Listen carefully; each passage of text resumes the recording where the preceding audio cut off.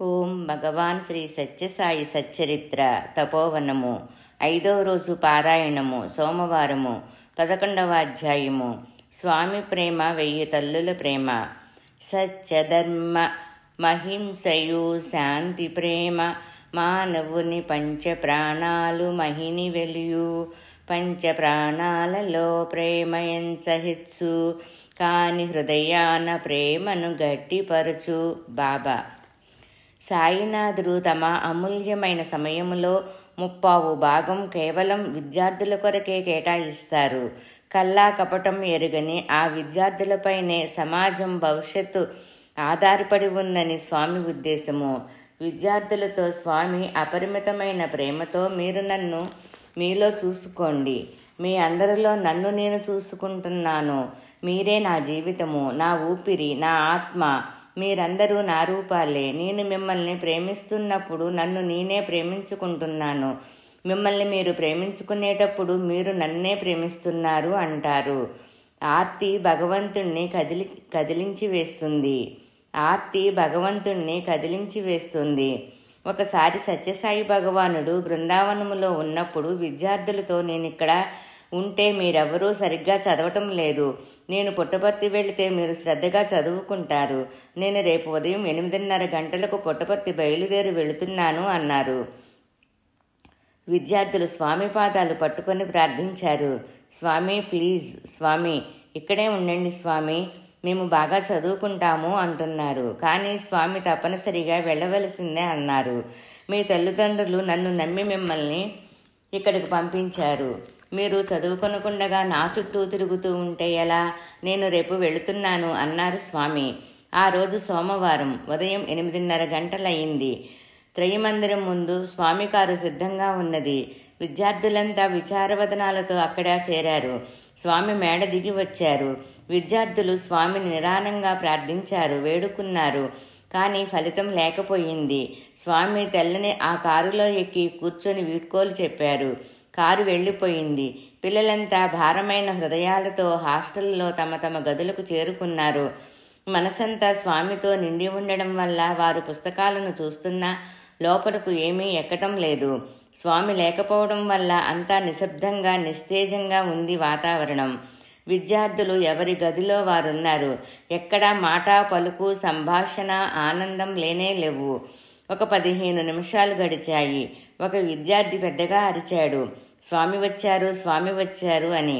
పాపం అతడు అందరికన్నా ఎక్కువ భ్రాంతిలో మునిగిపోయి ఉన్నట్లున్నాడు. అందువల్ల అతనికి కారు వచ్చినట్లుగా అనిపించి ఉంటుంది అనుకున్నారు మిగిలిన వాళ్ళు. కొందరు కిటికీలలో నుంచి చూశారు. నిజంగానే స్వామి కారు ఆశ్రమంలోకి వస్తున్నది. ఒకరిద్దరు విద్యార్థులు స్వామి కారు వెనక పరుగులు తీస్తున్నారు. అంతే, హాస్టల్ గదుల్లోని విద్యార్థులంతా తెల్ల గుర్రాల వలె పరుగులు తీశారు. స్వామి కారు దిగే సమయానికి విద్యార్థులంతా కారు చుట్టూ నిలబడ్డారు. ఒకవైపు ఆశ్చర్యం, ఒకవైపు ఆనందం వారిని ఉక్కిరిబిక్కిరి చేసింది. స్వామి తమ మందిరం లోపలికి వచ్చి మేడమెట్లు ఎక్కుతున్నారు. విద్యార్థులు మెట్ల క్రింద నిలబడి అలాగే చూస్తున్నారు. ఏమి జరిగిందో, స్వామి ఎందుకు వచ్చారు ఎవరికీ అర్థం కాలేదు. అప్పుడు స్వామి బయలుదేరుతుంటే చాలు ఒకటే గోల. మీరు చేసిన గోల వల్ల నేను తాళం చేతులు మరిచిపోయాను అన్నారు. స్వామి తాళం చేతులు మరిచిపోవడమేమిటి? విద్యార్థులందరి హృదయాలు ఆనందంతో నిండిపోయాయి. అందరి కళ్ళ వెంట ఆనంద బాష్పాలు పొంగి పొరిలినాయి. అందరూ నిశ్శబ్దంగా ఉన్నారు. ఒకవేళ తాళం చేతులు తీసుకొని స్వామి బయలుదేరతారేమోనని అనుమానం వచ్చింది. అప్పుడు ఒక విద్యార్థి, స్వామి కారులోని సామాన్లు సర్దమంటారా అన్నాడు. అందుకు స్వామి, లేదు, నేను మళ్ళీ సాయంత్రం బయలుదేరతాను అన్నారు, కోపం అభినయిస్తూ. స్వామి అందమైన మందహాసం చిందించడం చూసి వెంటనే అందరూ, స్వామి స్వామి ఇక్కడే ఉండండి స్వామి అని ప్రార్థించారు. అప్పుడు స్వామి వారి వైపు తిరిగి ప్రేమ కురిపిస్తూ, కరుణ నొలకిస్తూ, చూడండి, మీ స్వచ్ఛమైన ఆర్తి నన్ను మరలా వెనక్కి లాక్కు వచ్చింది. నేనిక్కడ ఉండాలనుకుంటే మీరు బాగా చదవాలి. నేనిక్కడే ఉంటాను, మీరు శ్రద్ధగా చదువుకోండి అన్నారు. ఆధ్యాత్మికత అంటే భగవంతుని కోసం తపించటమే, భగవంతుని కోసం అంతులేని ఆవేదన పొందటమే. గడ్డి పువ్వు.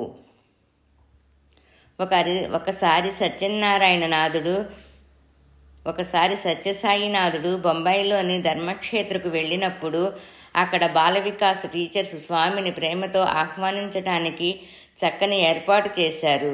బాల వికాస్ విద్యార్థులందరూ ఒక్కొక్కరు ఒక్కొక్క గులాబీ పుష్పం చేత పట్టుకొని వరుసగా కూర్చొని ఉన్నారు స్వామి రాగానే సమర్పించటానికి. ఆ పిల్లలందరి ముఖాలు ఆనందంతో వెలిగిపోతున్నాయి. కానీ వారిలో ఒక చిన్న పిల్లవాడు ఉన్నాడు. అతను ఇంకా బాల వికాసులో చేరటానికి కూడా వయసు చాలనంతటి చిన్నారి బాలుడు. కానీ అతను తన అన్నయ్యలతో పాటు బాల వికాస్ క్లాసులకు వెళుతున్నాడు. కొన్ని శ్లోకాలు కూడా కంఠస్థం చేశాడు. అయినా మొదటి వరుసలో కూర్చునడానికి తగిన వయసు కలవాడు కాదని భావించి బాల వికాస్ టీచర్స్ అతనికి గులాబీ పువ్వు ఇవ్వలేదు. ఆ చిన్న బాలుడు ఎలాగైనా సరే స్వామికి గులాబీ పువ్వు ఇవ్వాలని ప్రక్కనున్న పిల్లల్ని అడిగాడు. ఎవరూ ఇవ్వలేదు. భగవాన్ బాబా రానే వచ్చారు.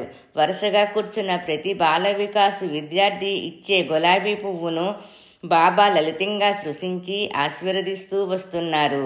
స్వామి క్రమంగా దగ్గరకు రావటం ఆ చిన్నారి బాలుడు గమనిస్తూనే ఉన్నాడు. మెల్లగా ముందు వరుసలోకి చేరుకున్నాడు. స్వామి ఇంకా దగ్గరకు వస్తున్నారు. ఆ బాలునికి ఎట్ట ఎదుట పచ్చికలోను చిన్న గడ్డి పువ్వు కనిపించింది. వెంటనే దానిని కోసి చేత్తో పట్టుకున్నాడు. స్వామి తన దగ్గరకు రాగానే ఆ బాలుడు లేచి నిలబడి స్వామికి ఆ గడ్డి పువ్వును సమర్పించటానికి చేతులు చాచాడు.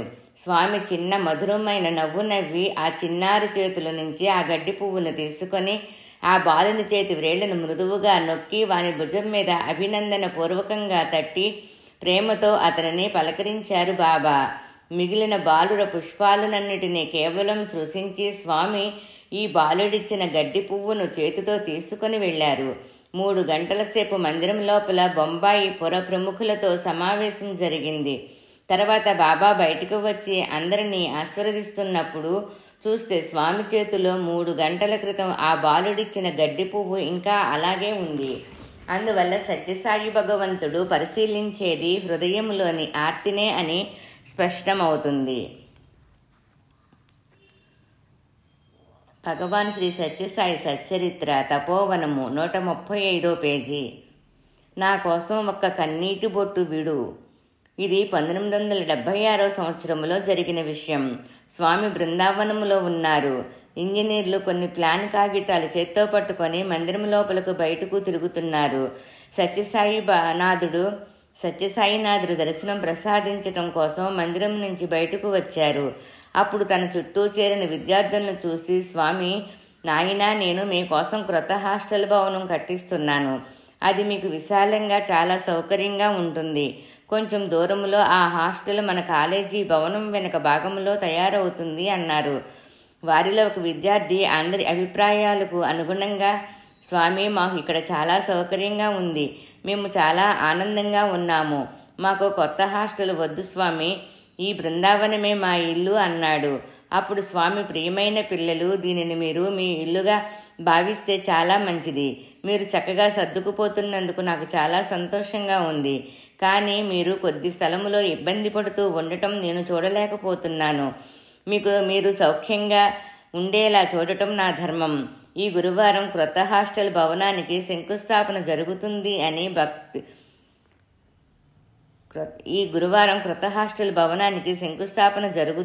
అని చెప్పి భక్తులకు దర్శనం అనుగ్రహించడం కోసం మందిర ప్రాంగణం దాటి బయటకు వెళ్లారు.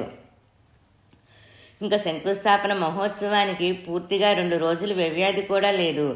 ఇంజనీర్లు ఒకటే హడావిడిగా ఉంది. విద్యార్థులందరికీ ఏమి చేయాలో తోచలేదు. మరునాడు భగవాన్ బాబా వారికి విద్యార్థులందరిలోకి బాగా చిన్నవాడు ఒకడు లెటరు అందించాడు. బాబా ఆ లెటర్ తీసుకొని చదివి ఆ బాలుని వైపు చూసి ప్రేమతో చిరునవ్వు చిందించారు. అక్కడ స్వామి తన సింహాసనంలో కూర్చొని వార్డెన్ పిలిచి ఆ లెటర్ చదవమని ఇచ్చారు. ఆ లెటర్లో ఇలా ఉంది: అత్యంత ప్రియమైన సాయిమాత, మీ పాదపద్మములకు నా వినయపూర్వక ప్రణామాలు. మీకు మా మీద కోపం వచ్చిందా? మీకు ఇష్టమైన నిశ్శబ్దాన్ని మేము భంగం చేస్తున్నామా? మేము పాటించవలసిన క్రమశిక్షణను పాటించకుండా స్వేచ్ఛగా ప్రవర్తిస్తున్నామా? అంతే అయి ఉంటుంది. లేకపోతే మీరు మమ్మల్ని అందమైన బృందావనం నుంచి బయటికి పంపే ప్రయత్నం చేస్తారా? మీరు మా కోసం క్రొత్త హాస్టల్ ఎక్కడో కట్టించాలని ఎందుకు పట్టుదలగా ఉన్నారు? అందమైన ఈ బృందావనములో సుఖప్రదమైన సురక్షితమైన మీ ప్రేమ మమ్మల్ని మాకు ఎంతో సన్నిహితం చేసింది. ఇటువంటి ప్రేమనే దేవతలు కూడా కోరుకుంటూ ఉంటారు. హృదయపూర్వకమైన ప్రేమతో మీ బిడ్డ. మీరు ఎలాగైనా సరే క్రొత్త హాస్టల్ని బృందావనానికి దూరంగా కట్టి తీరాలి అనుకుంటే ఆ హాస్టల్ ప్రక్కనే క్రొత్త బంగ్లా కూడా కట్టించి మీరు మాతో ఉండండి. వార్డెన్ ఈ లెటర్ చదవటం పూర్తి అయిన తర్వాత చూస్తే అక్కడ కంటనీరు పెట్టని విద్యార్థి లేడు. విద్యార్థులంతా ఒకే కంఠంతో స్వామి స్వామి మా ప్రార్థన అంగీకరించండి అని వేడుకున్నారు. భగవానుని హృదయం కరిగిపోయింది. స్వామి వెంటనే చీఫ్ ఇంజనీర్కి కబురు చేసి విద్యార్థుల కోరిక తెలియచేశారు. చీఫ్ ఇంజనీర్ వచ్చి ఈ ప్లాన్లు అన్నీ జాగ్రత్తగా తయారు చేశాను. శంకుస్థాపనకి సమయం ఎక్కువ లేదు అన్నారు. విద్యార్థులంతా ఆయనతో బృందావనమే మా ఇల్లుగా ఉండాలి అన్నారు. పిల్లల కోరిక చూసి స్వామి ఆ చీఫ్ ఇంజనీర్తో వేరే విధంగా ప్లాన్ తయారు చేయమని సూచించారు. ఆ ప్లాన్ ప్రకారం కొత్త హాస్టల్ భవనం బృందావనం క్యాంపస్లోనే కట్టేటట్లు నిర్ణయించారు. ఈ విషయం ప్రకటించగానే పిల్లలంతా ఆనంద పరవశులయ్యారు. ఆనాడు సాయినాథుడు హారతి వెలిగిస్తున్న సమయంలో ఒక విద్యార్థి స్వామితో, స్వామి మా కోసం మీరు ఇంత చేస్తున్నారు, మీకు తిరిగి ఇవ్వటానికి మా దగ్గర ఏమీ లేదు అన్నాడు.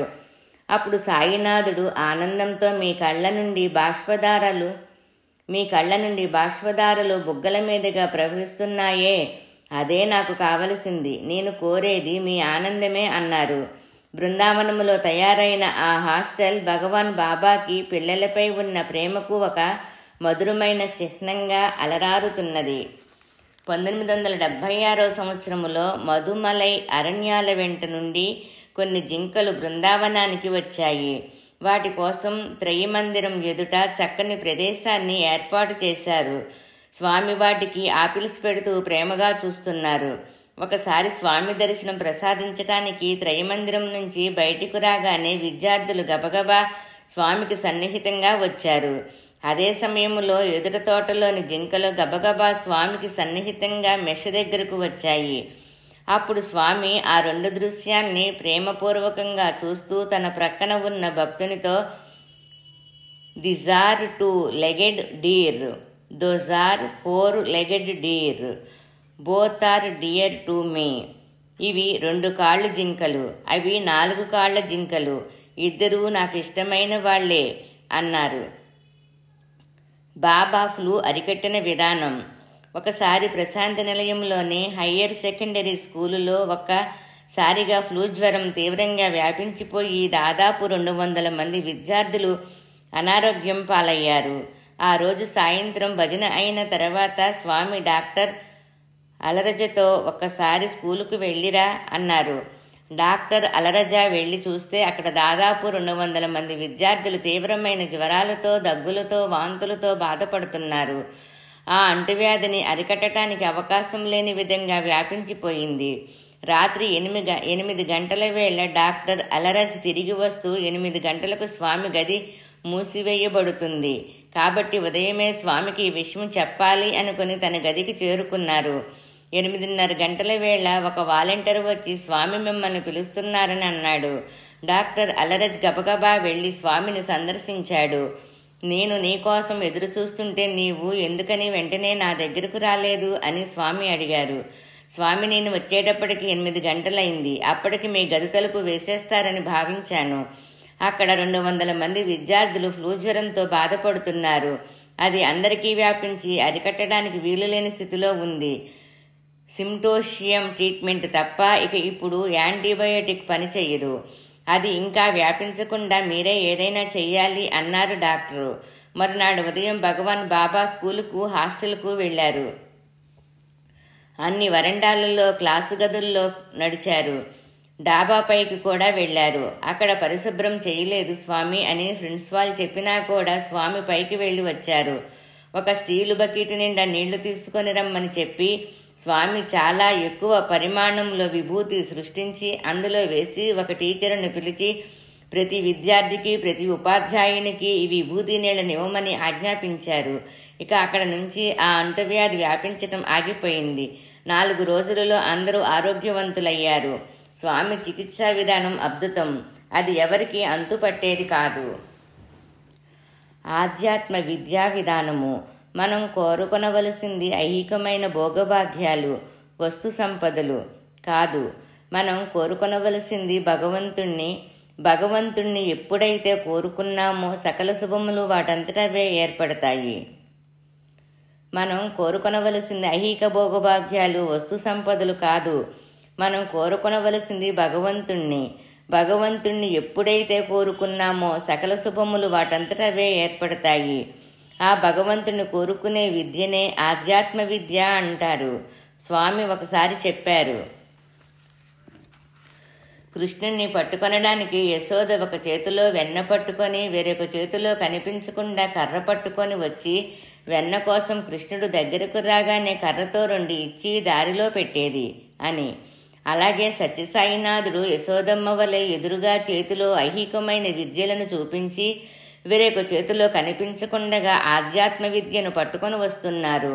స్వామి కాలేజీలో విశ్వవిద్యాలయములో చేరాలని ఆసక్తితో దగ్గరకు వచ్చిన విద్యార్థుల్ని పట్టుకొని వారికి లౌకిక విద్యలతో పాటు ఆధ్యాత్మ విద్య నేర్పి మనుషులను మనీషులుగా తీర్చిదిద్దుతున్నారు. ఇది అంతా స్వామి అనిర్వచనీయమైన ప్రేమ తప్ప మరొకటి కాదు కదా. విద్యార్థులకు బాబా ప్రేమతో కేజీ నుండి పీజీ వరకు ఉచిత విద్యను అందిస్తున్నారు. MBA, FM, MTech కంప్యూటర్ కోర్సులు ప్రవేశపెట్టారు. PhD చేసే వసతులు కూడా సమకూర్చారు. పిల్లల కోసం అందమైన విశాల భవన సముదాయాలను కొన్ని కోట్ల రూపాయల ఖర్చుతో విజ్ఞానపు కాంతులు వెదజల్లే అత్యాధునికమైన నక్షత్ర ప్రదర్శనశాలను నిర్మించారు. ఇవన్నీ బాబాకు పిల్లల పట్ల గల ప్రేమకు అందమైన నిదర్శనాలుగా కనిపిస్తున్నాయి.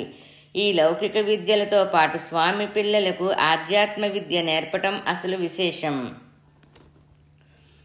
నా సంపద అంతా నా పిల్లలే.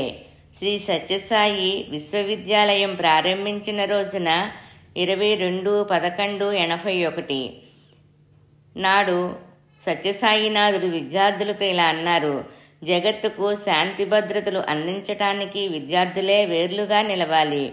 ఈ వేర్లకు నీరు పోయటమే సత్యసాయి లక్ష్యము. నేను విద్యార్థులకే అన్ని విధములుగా అర్పితమైపోతున్నాను. నేను సమస్త విధముల విద్యార్థులనే విశ్వసిస్తున్నాను. సత్యసాయి ప్రాపర్టీ ఏమిటంటే అనేక మంది చెప్తుంటారు, అబ్బో ఇన్ని బిల్డింగులున్నాయి, ఇన్ని భూములున్నాయి అని. ఇవన్నీ వట్టి మాటలే. నా ప్రాపర్టీ అంతా నా పిల్లలే. కానీ ఈ సత్యాన్ని కొంతమంది గుర్తించలేకపోతున్నారు. ఒక తల్లి ప్రేమను అర్థం చేసుకొనలేని దురదృష్టవంతులు 1000 తల్లుల ప్రేమనెట్లు అర్థం చేసుకుంటారు? సత్యసాయినాథుని అందున్న ముఖ్య లక్షణము సహనము. ఎంతమందో నన్ను విమర్శిస్తుంటారు, ఎంతమందో దూషిస్తుంటారు. ఎన్ని పేపర్లో ఏమేమో వ్రాస్తుంటాయి, ఎన్ని పాంప్లెంట్లో కొట్టిస్తుంటారు, ఏమేమో జరుగుతుంటాయి ప్రపంచంలో. అన్నిటికీ జవాబు నా చిరునవ్వే. ఇవన్నీ మంచికి జరిగే విరుద్ధ వికారాలే. కాచిన చెట్టుకే రాళ్ల దెబ్బలు. ఇంకా కొంతమంది సత్యసాయి సంస్థలు, సత్యసాయి విద్యాలయములు విరివిగా పరిగిపోతున్నాయనే అసూయ చేత ఎన్నో విషయాలను కల్పిస్తూ పిల్లలకు కూడా ఉద్రేకాలు కలిగిస్తుంటారు. ప్రేమ స్వరూపులారా, వేరే కాదు, జగమంతా ఏకమైనప్పటికీ నన్నేమీ చెయ్యలేరు. నా హృదయం ఎప్పుడూ పవిత్రమే. నాకు స్వార్థము కానీ సొంతము కానీ లేదు. ఇదే నా సత్యము. దోషములున్న వారికి అదురు బెదురు కానీ ఏ దోషము లేని సింహమునకు భయమెందుకు?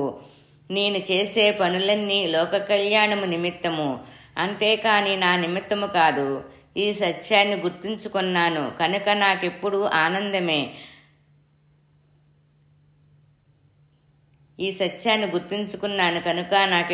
ఆనందమే. ఆనందమే ఆనందమే అన్నారు బాబా. భగవంతునితో ఒక క్రీడ. 1983 సంవత్సరంలో బృందావనంలోని కళ్యాణ మండపంలో స్వామి కళాశాల విద్యార్థుల ఒక విజ్ఞాన ప్రదర్శన ఏర్పాటు చేశారు. ఆ సమయంలో కర్ణాటక గవర్నర్గా ఉన్న గోవింద నారాయణ్ గారు స్వామి దర్శనానికి వచ్చారు. స్వామి ఆయనను తీసుకొని ఆ ప్రదర్శనశాలకు వచ్చారు. విద్యార్థులు తయారు చేసిన వివిధ పరికరాలు చూస్తూ వస్తున్నారు. స్వామి ఒక చోట ఒక విద్యార్థి ఒక సైన్స్ పరికరం తయారు చేశాడు. అందులో ఒక వెలుగు కిరణం ఒక వైపు నుంచి మరొక వైపుకు ప్రసరిస్తూ ఉంటుంది. దాన్ని చేత్తో అడ్డుకున్నప్పుడు వెంటనే అలారం మ్రోగుతుంది. స్వామి అక్కడకు రాగానే ఆ విద్యార్థి స్వామితో, స్వామి ఇక్కడ చెయ్యి పెట్టండి, అలారం మ్రోగుతుంది అన్నాడు. ఆ కిరణానికి స్వామి చేతిని అడ్డు పెట్టారు, కానీ అలారం మ్రోగలేదు. అప్పుడు ఆ విద్యార్థి, స్వామి ఒక్క క్షణం, ఇదేదో రిపేరు వచ్చినట్లుంది అంటూ ఆ పరికరాన్ని పరిశీలించి తాను చెయ్యి అడ్డుపెట్టి చూశాడు. వెంటనే అలారం మోగింది. స్వామి ఇప్పుడు చెయ్యి పెట్టండి అన్నాడు ఆ విద్యార్థి. స్వామి ఇది ఏమిటి, ఎందుకు అన్నారు. ఇది దొంగను పట్టుకునేది స్వామి అన్నాడతను. స్వామి చెయ్యి పెట్టారు, కానీ అలారం మ్రోగనే లేదు. మరలా రిపేరు వచ్చిందేమో అనుకున్నాడు విద్యార్థి. అప్పుడు స్వామి, అది రిపేరు రాలేదు, నేను అటువంటి దొంగను కాదు కదా, అందువలన మ్రోగలేదు అంటూ వెళ్ళారు. స్వామి విజ్ఞాన శాస్త్రానికి అదేటటువంటి వారు కాదు. స్వామి విజ్ఞాన శాస్త్రానికి అందేటంటు వారు కాదు, అంటే అందరన్నమాట. సహనము. కొన్ని సంవత్సరాల క్రితం విషయం. పుట్టపర్తిలో ప్రాథమిక పాఠశాల విద్యార్థులు ప్రతిరోజు ఉదయం చల్లని నీటితో స్నానాలు చేసేవారు. తల్లిదండ్రులను తనను నమ్ముకొని పిల్లల్ని నా దగ్గరికి వదిలిపెట్టారు.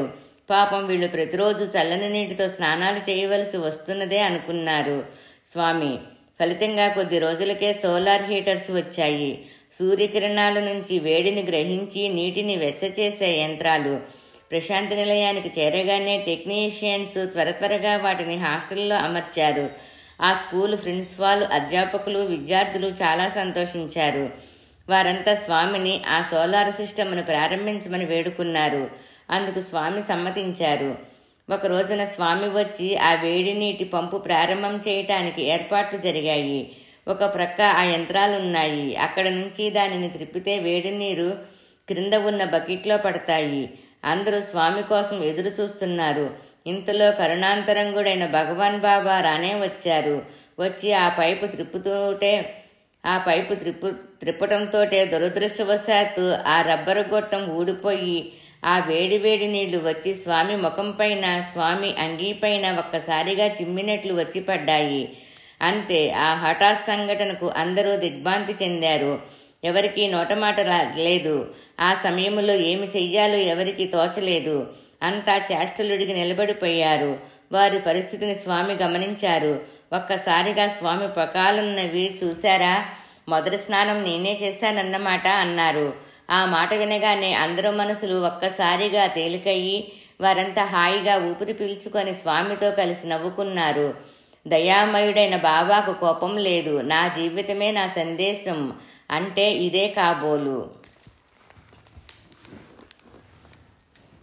భగవాన్ శ్రీ సత్యసాయి సచ్చరిత్ర తపోవనము 142వ పేజీ. స్వామి సన్నిధిని ప్రతిక్షణము సద్వినియోగము చేసుకోండి. స్వామి కొడైకెనాల్లో లోపల గదిలో కూర్చొని బయట భక్తులు తన కోసం ఎదురు చూస్తున్న దృశ్యం చూస్తున్నారు. స్వామి చుట్టూ విద్యార్థులు కూర్చొని స్వామి పాదపద్మాలను సేవిస్తున్నారు. అప్పుడు స్వామి, మీరు ఎంత అదృష్టవంతులో చూడండి, బయట వేల కొద్దీ భక్తులు ఎదురు చూస్తున్నారు. నాకు సన్నిహితంగా కూర్చొని పాదసేవ చేసే అవకాశం మీకు లభించింది, కానీ మీకు ఈ విలువ తెలియటం లేదు. మీరు నాకు సన్నిహితంగా ఉండటం కోసం నేను మీకు ఈ అవకాశం ఇస్తున్నాను. నేను తలుచుకుంటే ఒక్కసారిగా ఆకాశములో ఇటువైపు నుంచి అటువైపుకు నడిచి వెళ్ళగలను. అలా చేస్తే ఈ ప్రపంచమంతా నా పాదాల దగ్గరే ఉంటుంది. లక్షలాది భక్తులు వస్తారు. అప్పుడు మీలో ఏ ఒక్కరికి నాతో సన్నిహితంగా ఉండే అవకాశం లభించదు. తుపాకీ ధరించిన సెక్యూరిటీ వాళ్ళు నన్ను రక్షిస్తూ ఉంటారు. మీకు చెప్తున్నాను, అటువంటి రోజులు ఎంతో దూరంలో లేవు. నన్ను నమ్మండి. మీరు దూరంగా ఎర్రని చొక్కవలే నా అంగీరంగును మాత్రమే చూసే రోజు వస్తుంది. నేను ఆకాశంలో ఒక్కసారి అడ్డంగా నడిచి వెళ్ళినప్పుడు స్వామి వైభవం అంటే ఏమిటో మీకు తెలుస్తుంది. అందువల్ల స్వామి సన్నిధిని ఈ క్షణం నుంచే సద్వినియోగం చేసుకొనండి, ప్రతి క్షణము సార్థకత గావించుకొనండి అన్నారు. ఒకసారి పుట్టపర్తిలో క్రీడోత్సవాల సందర్భంగా హిల్ వ్యూ స్టేడియంలో కార్యక్రమాలు ఆరంభమయ్యాయి. ఆ ఉత్సవాల ఆరంభ సూచకంగా స్వామి ముందుగా 2 తెల్లని పావురాలను ఎగరవేశారు. తర్వాత క్రీడా విన్యాసాలు ఆరంభమైనాయి. స్వామి మరికొందరు ప్రముఖులు వేదికపై ఆసీనులయ్యారు. కొంతసేపటి తర్వాత వేదికకు అడ్డుగా ఆ 2 తెల్లని పావురాలు ఎగురుతూ వెళ్ళసాగాయి. అప్పుడు స్వామి ప్రక్కనున్న వారితో, చూసారా, మన దగ్గర చాలా కాలం ఉన్న కారణంగా మనం వదిలిపెట్టినా కూడా అవి బయట ప్రపంచంలో ఇమడలేకపోతున్నాయి అన్నారు. స్వామి అప్పుడన్నది పావురాల గురించి అయినప్పటికీ అది ప్రియమైన విద్యార్థుల గురించి, భక్తుల గురించి అని కూడా అనిపిస్తుంది. ఓం శ్రీ సత్య సాయి పరబ్రహ్మణే నమః. శాంతి శాంతి శాంతి. 11వ అధ్యాయము సంపూర్ణం.